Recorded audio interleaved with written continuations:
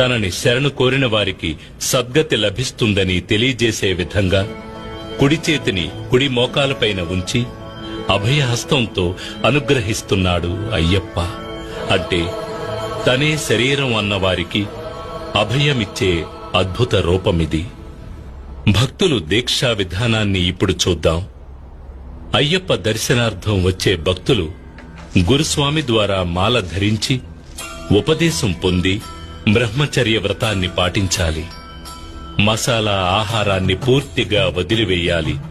సత్యం, ధర్మం, అహింస వంటి విషయాలను పాటించాలి. శబరిమలకు వెళ్లే భక్తులు నీతివంతులుగా, సహనవంతులుగా ఉండాలి. తమ శరీరాన్ని కష్టపెట్టి ఒక మండలం దీక్షలో ఉండి మనసులో అయ్యప్పను తలుచుకుని ఆరాధించాలి. ఈ దీక్షను ఒక అలవాటుగా, అభ్యాసంగా చేయాలి.